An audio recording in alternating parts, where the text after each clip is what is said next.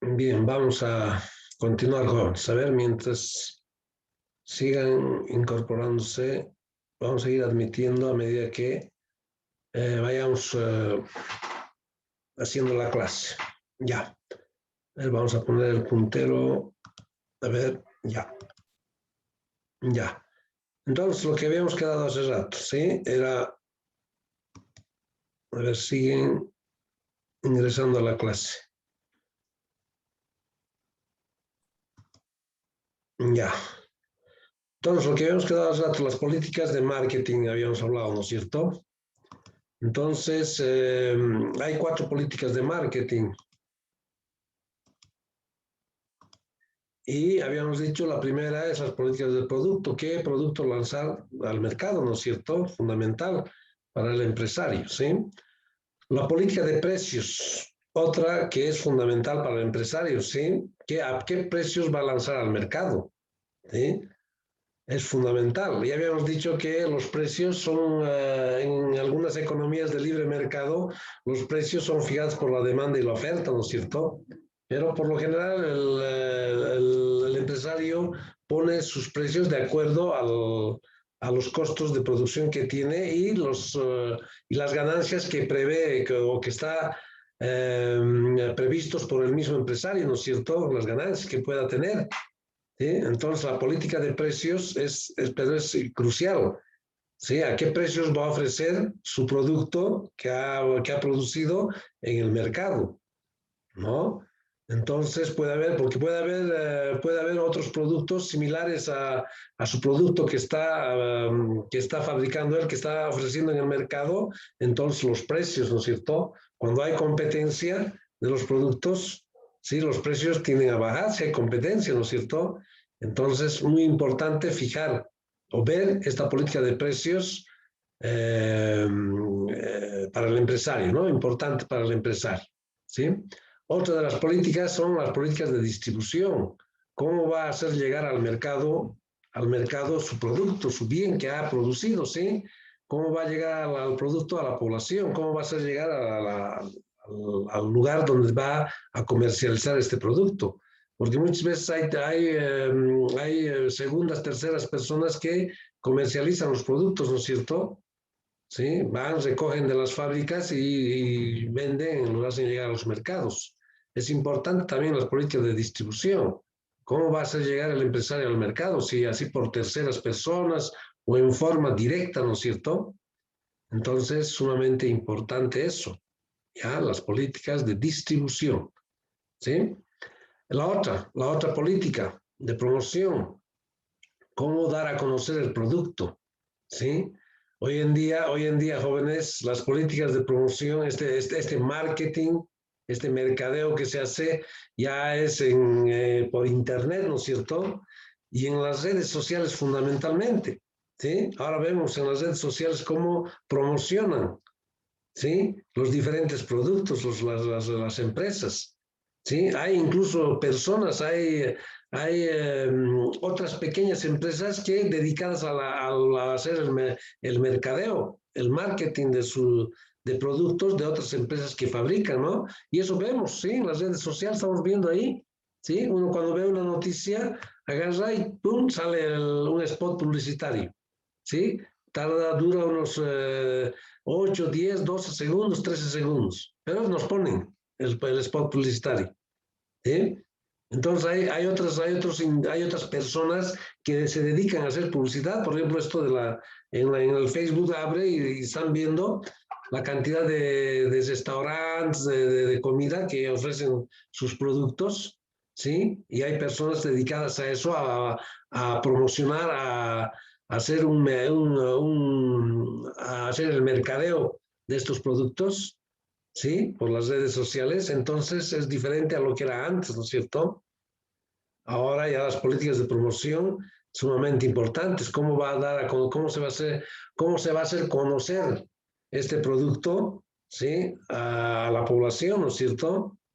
Entonces, ya estamos viendo, repito, estamos viendo ahora mediante el Internet se hace, pero la publicidad incluso más que en las radios, en la televisión, en los medios de comunicación impresos, ¿no es cierto? Como son los periódicos, ¿sí? Entonces, las redes sociales es fundamental para hacer políticas de promoción, ¿ya? Incluso hacen la venta y compra, ¿no es cierto? Por internet, ya habíamos hablado de esto. Ya no necesitas entrar en contacto directo con la persona, que te va a vender algo, sino con una llamada telefónica, entrar al internet, puede comprar uno y pagar, ¿sí? Con una cuenta bancaria el producto que está adquiriendo, ¿no? Por internet. Y le llega, además le llega a su unidad, a su vivienda, le llega el producto. Entonces, esto del internet, de las redes sociales, de lo virtual que está de moda ahora, es importante para promocionar los diferentes productos, ¿no es cierto?, que fabrican las empresas. Hay personas especialistas en esto, que se dedican exclusivamente a esto, a hacer el marketing, a hacer el mercadeo de los diferentes productos, ¿sí?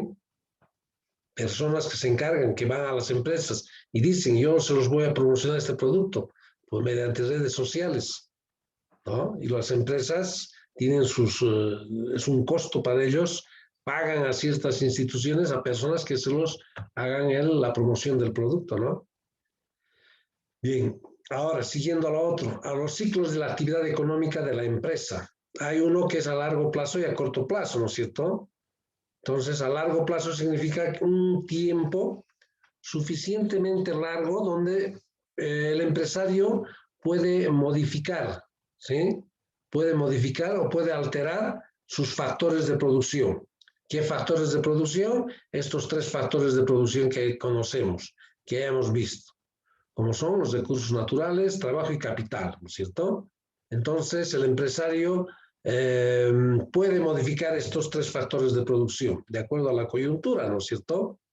Entonces, siempre pongo el ejemplo que cualquier empresa digamos, para agrandar su empresa, ¿sí? Y dice, bueno, a largo plazo yo voy a planificar, voy a hacer un proyecto de agrandar la empresa, ¿sí? Entonces, voy a modificar mis tres factores de producción, pero eso es a largo plazo, ¿no es cierto? Voy a hacer una nueva fábrica, no sé, construir nuevos galpones, comprar nueva maquinaria, voy a comprar más materia prima, voy a contratar más gente, ¿no es cierto? Pero eso es a largo plazo.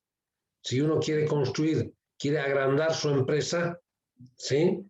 Entonces tendría que agrandar también, quiere tener mayor productividad, mayor producción la empresa, entonces tiene que comprar, tiene que gastar, ¿no es cierto?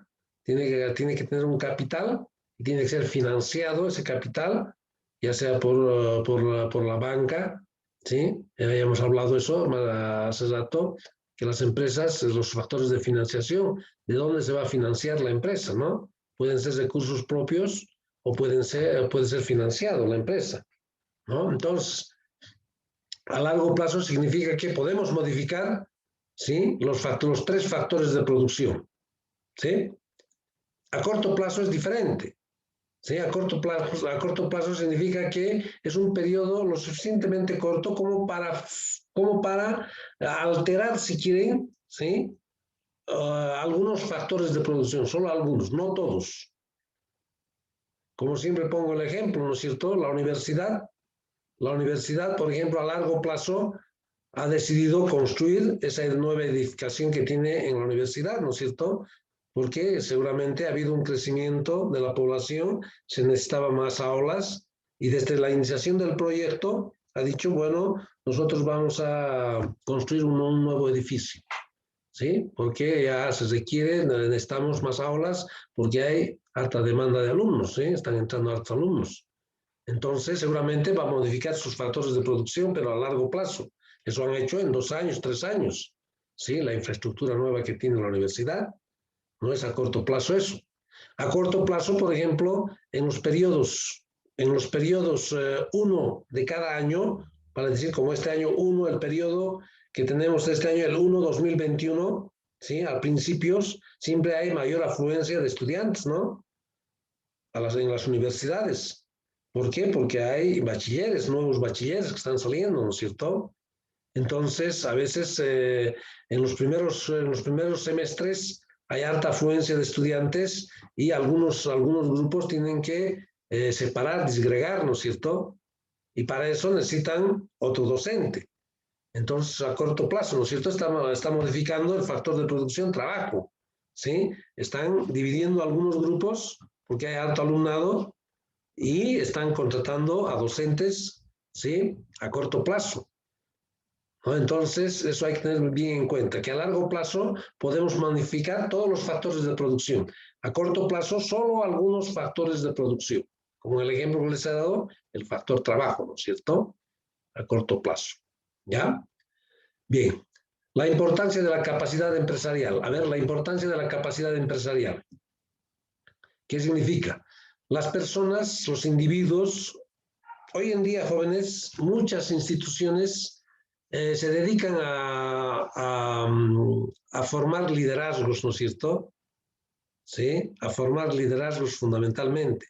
Entonces, la capacidad empresarial es, las personas tienen que ser capacitados, dotados de ciertas capacidades y de unir, por supuesto, cualificaciones, ¿no es cierto? Es por eso que hacen, ¿no? Hay instituciones, les repito, hay instituciones que se dedican a formar, digamos, líderes, ¿sí? Entonces, personas que tengan cualidades, ¿sí? Personas que tengan capacidades, personas que estén dotados de cualificaciones para constituir una determinada empresa, ¿sí? Y las principales cualificaciones son estas, ¿sí? Tener capacidad de describir oportunidades de inversión, importantísimo, lo fundamental, ¿no es cierto? ¿En qué voy a invertir? Sí, el empresario tiene que definir en qué va a invertir, en qué rubros, a qué rubros se va a dedicar a producir un determinado bien, en qué rubro va a ser.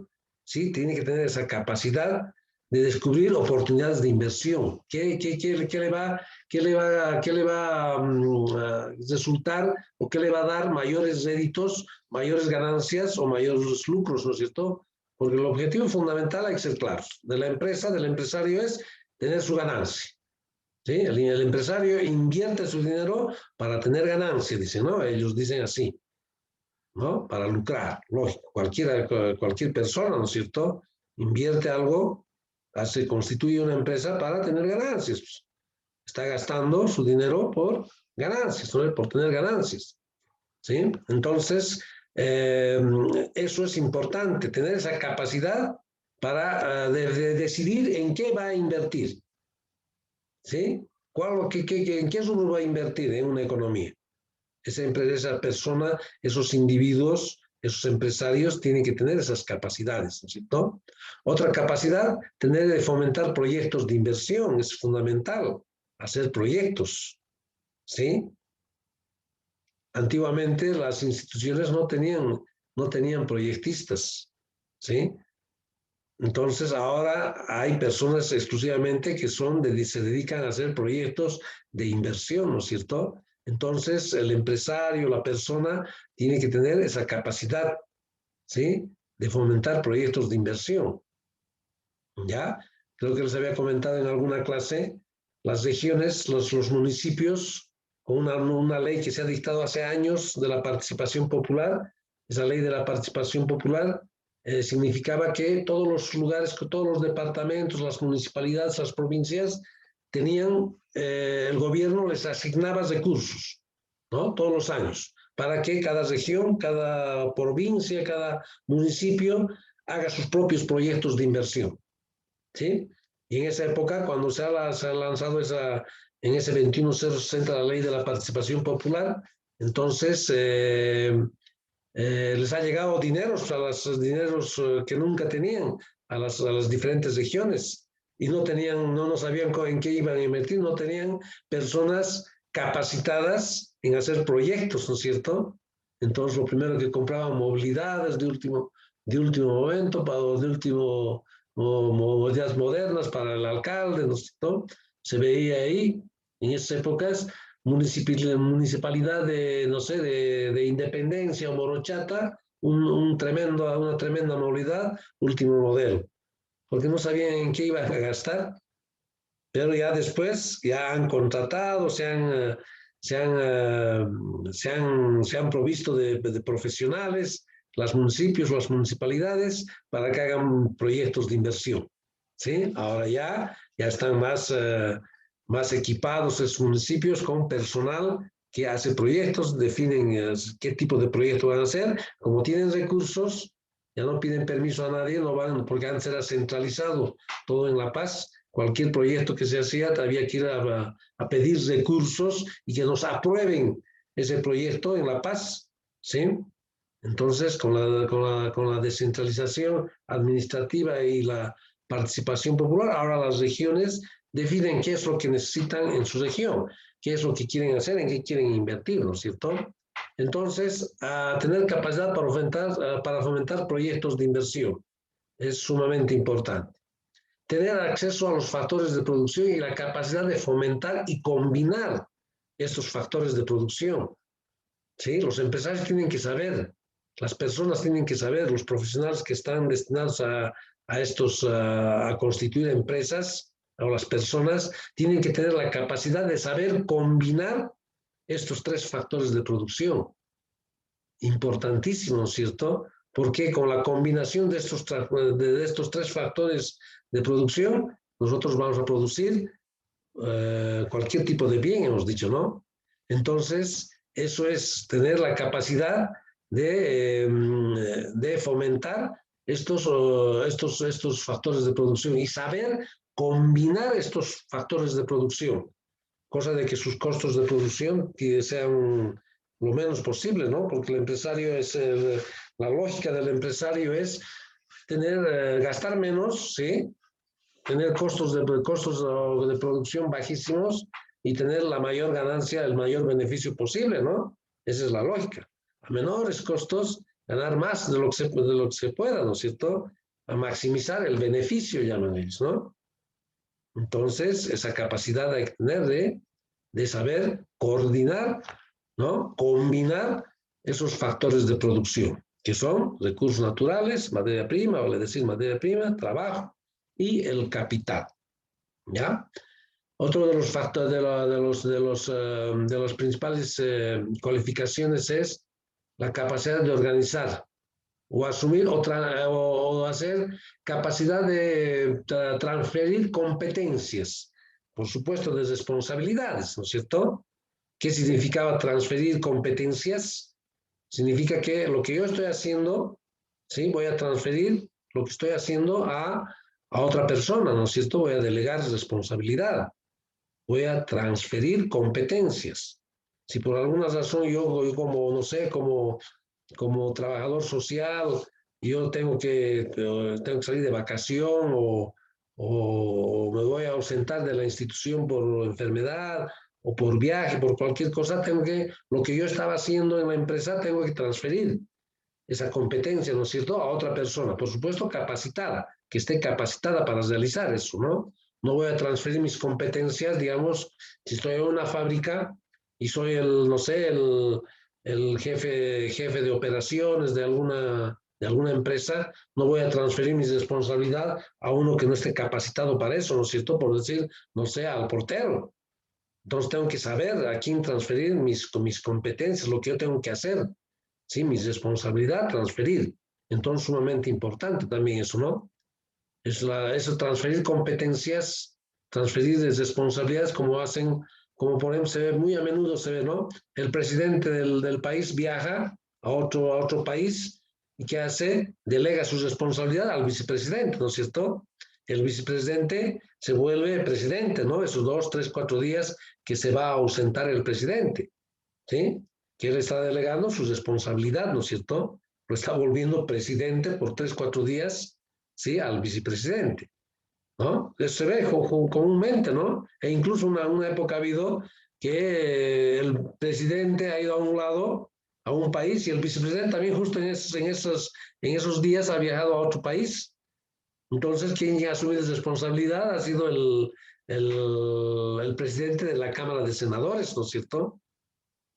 Sí, así, eso es, hay hay delegaciones, hay sucesión de poder ahí, ¿no es cierto? La sucesión, cuando hay vacío de poder, como es lo que ha habido en el pasado, vacío de poder, no había presidentes, renunció el presidente, renunció el vicepresidente, renunció la presidencia de la Cámara de, o sea, Adriano Salvatierra era, ¿no? Renunció también el de senadores y ha entrado el vicepresidente, creo, de la Cámara de Senadores, que era la expresidenta Yanine Áñez, ¿no? Hay sucesión, ¿sí? De poder, el poder político, ¿no es cierto? Pero eso no es transferir, es sucesión, es otra cosa eso. Lo que estamos hablando es de transferir competencias, de delegar lo que yo hago a otra persona, a mí inmediato, digamos, al que está detrás mío, ¿no? Y comúnmente vemos eso. Cuando el presidente viaja, ¿quién queda como presidente del país? El vicepresidente, ¿sí? Bien, eso es tener la capacidad de organizar y asumir o transferir competencias de responsabilidades. Otra capacidad que tiene que tener, ¿ya? Después también está el tipo de organización empresarial. Hay tres tipos. Estamos de esto, no vamos a profundizar, jóvenes. No vamos a profundizar. Estamos viendo de modo general. Hay empresas de propiedad individual, hay empresas de propiedad colectiva y hay sociedades anónimas. Las empresas de propiedad individual, el propietario es una sola persona que tiene entero derecho a todos los beneficios que pueda tener la empresa, ¿sí? A todos los beneficios, pero también es responsable en caso de pérdida o de quiebra de la empresa, es responsable de saldar esas deudas con lo que está invertido en la empresa e incluso ponen en riesgo sus otros activos que puedan tener fuera de la empresa. Al decir otros activos, estoy refiriéndome a otros bienes que pueda tener, ¿no es cierto? Su casa particular, ¿sí? Sus otras movilidades que pueda tener, cuentas bancarias, otros, no sé, terrenos que puedan tener, ponen en riesgo todo eso, ¿sí? En caso de quiebra de la empresa. Entonces, la propiedad individual, una sola persona. Ahora están las propiedades de propiedad colectiva, las empresas de propiedad colectiva. Son dos o más personas, que igual todos tienen los mismos derechos y participan conjuntamente de los beneficios que pueda tener la empresa, de las ganancias que pueda tener la empresa. Y también tienen que asumir, en caso de quiebra, pagar todas esas deudas hasta con sus otros activos que pueda tener. ¿Sí? Si no cubre lo que está invertido en la empresa, no cubre las deudas, entonces pone en riesgo sus otros activos, como las empresas individuales. ¿Sí? Y finalmente están las sociedades anónimas, que son organizaciones de producción amplia, ¿no? De producción masiva. Son empresas grandes, industrias grandes, ¿no? Las sociedades anónimas. Igual, pueden estar constituidas esas sociedades por dos o más personas, pero ya estos son accionistas, ¿no? ¿Sí? Son accionistas que tienen invertido acciones en esa empresa o en esa industria, ¿no? Entonces, si las ganancias que tienen, los beneficios que tienen, que genera la empresa, se reparten de acuerdo al porcentaje de acción que tengan, que vaya a tener estas personas en las empresas o en las industrias o en la sociedad, ¿no es cierto? Entonces, los beneficios se sirven de acuerdo al porcentaje de acción. Si alguien tiene el 60% de acciones, de acuerdo a ese porcentaje va a recibir sus beneficios. Si alguien tiene invertido en esa sociedad anónima, el 10% de acciones tiene, entonces su beneficio va a ser de acuerdo a ese porcentaje de acción que tenga invertido en la empresa, ¿no es cierto? Y otra diferencia, la diferencia fundamental con las empresas colectivas es que estas sociedades anónimas, de acuerdo a normas, no pierden o no entran, no ponen en riesgo sus otros activos que puedan tener. Solo ponen en riesgo lo que está de acuerdo a su porcentaje de acción, en lo que está invertido en la empresa. ¿Sí? No ponen en riesgo sus otras riquezas, vale decir, sus otros activos. Independientemente de quién esté manejando la empresa, ¿no? En estas dos lo mismo. Hay algunos socios que solo ponen el dinero, pero no administran la empresa. Pero tienen ganancias, pero si entra en quiebra la empresa, son también ellos responsables, por más de que no estén administrando la empresa, ¿no es cierto? ¿Sí? Entonces, las sociedades anónimas producen a gran escala, son empresas grandes, son industrias grandes, ¿sí? Que están constituidas por accionistas. ¿Sí? Bien, jóvenes, vamos a concluir aquí la clase. ¿Alguna pregunta sobre esto, sobre lo que estamos haciendo? Yo creo que la próxima clase más, el viernes vamos a concluir con este tema y ya la próxima semana les decía que ya les voy a empezar a dar prácticas, ¿sí? No sé si vamos a hacer, ustedes están más organizados que los chicos de primer semestre, ¿no? Ustedes están más organizados. Tal vez podemos hacer grupos de a 2, de a 3, ¿sí? Y yo a mandarles las prácticas y resuelvan en el grupo, ¿no es cierto? A ver, vamos a ver qué metodología vamos a utilizar o tal vez vamos a hacer nomás así individualmente, como hemos hecho en estadística, ¿no? ¿Sí? Con la salvedad de que ahora me van a mandar, todos me tienen que mandar a la plataforma Moodle, ¿no? Los trabajos para tener evidencias ahí de sus trabajos, de todos los trabajos. ¿Ya? ¿Alguna pregunta, jóvenes, sobre los trabajos, sobre el tema que hemos hecho ahora? Y algunos que creo que hay alguien que no les ha llegado tarde en el primer Zoom. ¿Hay alguno que ha llegado tarde o que no está en la lista por si acaso? Antes de Sí, concluir. Lice, el capítulo 2 lo va a mandar al WhatsApp. Gloria Huanca, dicen, entré tarde. Ya, Gloria Huanca. A ver un segundito. Así, aquí está. Gloria Huanca. Lorena, no. Gloria Huanca Mora es, dicen. Gloria Huanca Mora. No, a ver, te voy a anotar. Tu apellido es Huanca, ¿no? Huanca Sí, dicen. Gloria. Sí. Ya, está bien. Ya, está bien. Gracias. ¿Alguien más? Karen Torrico Pinto. Torrico, Karen. Tampoco estás en la lista original que tengo. Torrico, Karen. Michelle Arreaño también, por favor. Arreaño, Michelle. ¿Cómo estás en lista? Sí. Michelle. Lorena Arreaño, también, ¿no? licenciado, por favor. A ver, Sí, un segundito, por favor, un segundito. La Paz, Arreaño, correcto, aquí estás. Estás en la lista ya. ¿Otra persona? Lorena Huanca dicen, por Lorena favor. Huanca. Luis Fernando Lorena Huanca, Chacato sí, también. estás. ¿Sí? H. Luis, también estás, Luis. Sí, te he anotado. En el Está momento bien, que gracias. te he añadido, que te he aceptado en el Zoom, te he anotado ya. Está bien. Ya está bien. Gracias. Nadie más, ¿no, jóvenes? Bien, jóvenes, vamos a continuar entonces el próximo viernes. A ver si tratamos de terminar esto para hacer ya un poquito más de práctica a partir de la próxima semana. Y ya les empiece a dar algunos trabajitos para que vayamos acumulando nota para nuestro primer parcial. Ustedes ya saben bien cuál es la metodología que hemos hecho en estadística, ¿no es cierto? Y se han dado cuenta que los trabajos jóvenes tienen un valor importante. ¿Sí? Porque eso también califico al final del semestre. Veo la asistencia al final del semestre y si alguien tiene 49, 48, 48, es subido a 51 para que no estén entrando a segunda instancia. Pero de acuerdo a su asistencia, fundamental la asistencia jóvenes, fundamental. Entonces eso yo veo al final del semestre la asistencia, ¿ya? Bien, jóvenes, que tengan buenas tardes. Nos vemos el viernes, ¿no? En la próxima clase. Hasta luego, jóvenes. Buenas tardes. Hasta luego, licenciado. Chao, jóvenes. Chao.